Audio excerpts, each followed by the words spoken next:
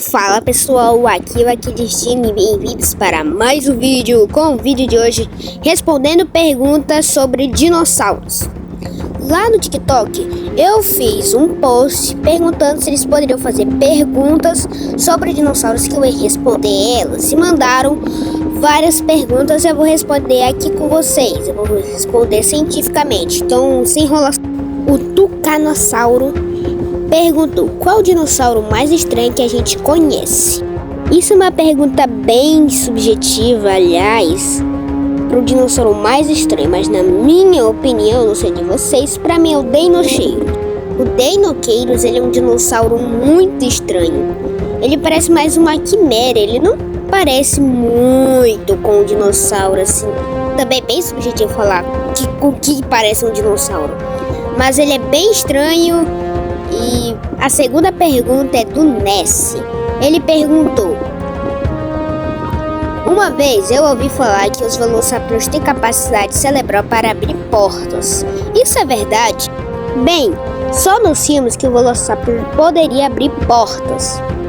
Outra coisa, as mãos dos dinossauros, como o do velociraptor, eram curva para dentro, como se vê na imagem, e não como uma mão de um zumbi. Então, no fim das contas, o velociraptor não conseguiria abrir uma porta, mas ele tem sim capacidade cerebral para ele abrir uma, mas não tem como. E também pela sua estatura baixa, de um tamanho de um peru, seria quase impossível, porque nos filmes ele parece quase do tamanho de um humano. A outra pergunta, a terceira pergunta, foi do Thiago. Ele perguntou: como sabemos as cores dos dinossauros? Bem, eu já fiz uns shorts falando sobre isso, então eu não vou querer explicar de novo. Só vou colocar os shorts aqui como fosse uma resposta dessa pergunta. Bem, acho que todo mundo sabe que em fósseis de dinossauros e animais não se preserva a cor, mas será que isso é verdade? Olha, eu diria parcialmente sim e não, mas você me pergunta: como sim não, Aquiles? Essa lei de fósseis não ter cor não funcionou com o Sinosauropithecus e nem com o Bolorapeuta. O lugar que o dinossauro se decompõe pode ajudar na preservação da sua pigmentação. No caso do Bolorapeuta, ele morreu e caiu dentro d'água. Assim ajuda a preservar sua pigmentação. Por causa disso, descobriram que sua pigmentação era de laranja avermelhado. Isso é muito interessante de saber, né? JoyceTube perguntou: como o Compsognathus viveu no período Jurássico? Eu esqueci. O Compsognathus, ele viveu no fim do período Jurássico, há 150 milhões de anos atrás, mas exatamente na idade Titoniana, onde hoje se localiza a Europa. Quinta pergunta: Alossauro produção oficial. Ele perguntou: a lenda de dragões pode ter surgido de fósseis de pterossauros gigantes? Bem, essa pergunta foi bem interessante, até demais. É uma boa hipótese sobre as lendas de dragões voadores. Pois se alguém encontrar um fóssil de pterossauro Quetzalcoatl, ele vai achar que o animal morreu há pouco tempo, e não que ele morreu há milhões de anos atrás. Aí ele contou possivelmente para alguém.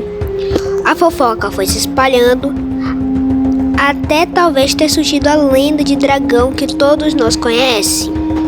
Essa foi uma das perguntas mais interessantes do vídeo até agora. Capitão Fuzzy perguntou: quais são os seus dinossauros favoritos? Bem, tecnicamente isso não foi uma pergunta sobre dinossauros, mas foi uma pergunta mais sobre mim. Então, mesmo assim eu vou responder. O primeiro dinossauro da minha listinha é o Styracosauro. Eu achei ele bem da hora. O outro é o Mosasauro. É tipo um dos maiores répteis aquáticos, mesmo que até onde que eu saiba, ele não é gigante mesmo. Mas eu gosto dele. Bem, e o Anquilossauro eu gosto por vários motivos. Bem porque ele é bem da hora, a aparência dele é da hora, eu sempre gostei dele. E também que ele tem a inicial do meu nome. Bem, o Saurophaganax é pouco conhecido, mas quando eu descobri que ele existia, eu já comecei a gostar dele desde a primeira vez que eu vi ele. E o meu favorito é o Espinossauro, eu amo esse dinossauro. Na primeira vez que eu vi ele conseguindo batalhar com o T-Rex e ele ganhar, eu já comecei a gostar desse dinossauro. Pra mim foi tipo um antagonista, assim, bem legal pra mim. Então, pra mim ele sempre foi meu favorito. Uma das outras perguntas foi do Goji. Ele perguntou, por que o Concavenator, ele tem aquele treco nas costas? Concavenator é esse dinossauro que tá nessa imagem. E o treco que ele fala é essa abundância que está sobre suas costas. Uma das teorias sobre o Concavenator, sobre essa abundância sobre suas costas, é a hipótese que essa abundância seria para regular o calor, pois ela tinha um tamanho que poderia passar vasos sanguíneos e artérias. Outras teorias dizem que essa abundância seria para identificar a espécie.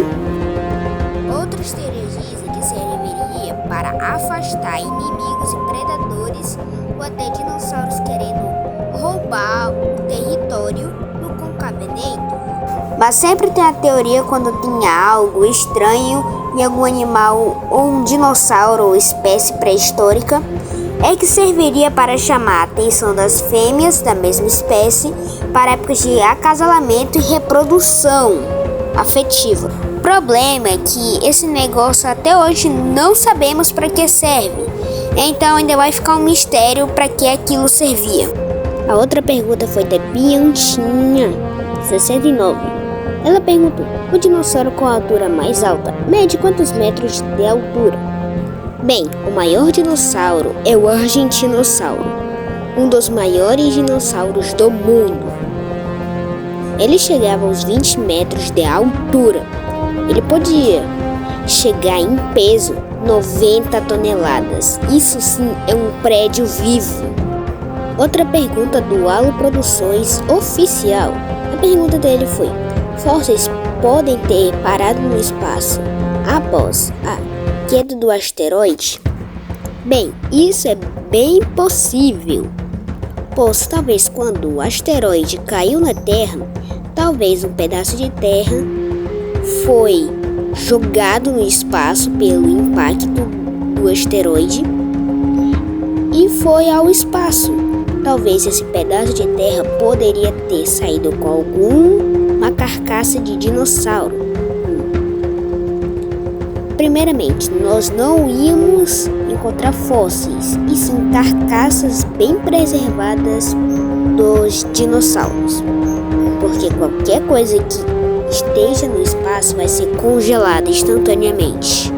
Sem ser planetas, asteroides, estrelas, tem coisas específicas ali que não são congeladas. O El Lucas perguntou, dinossauro realmente tem parentesco com aves? Sim, a grande maioria dos dinossauros são parentes das aves, mas nem todos são. Certos dinossauros não são.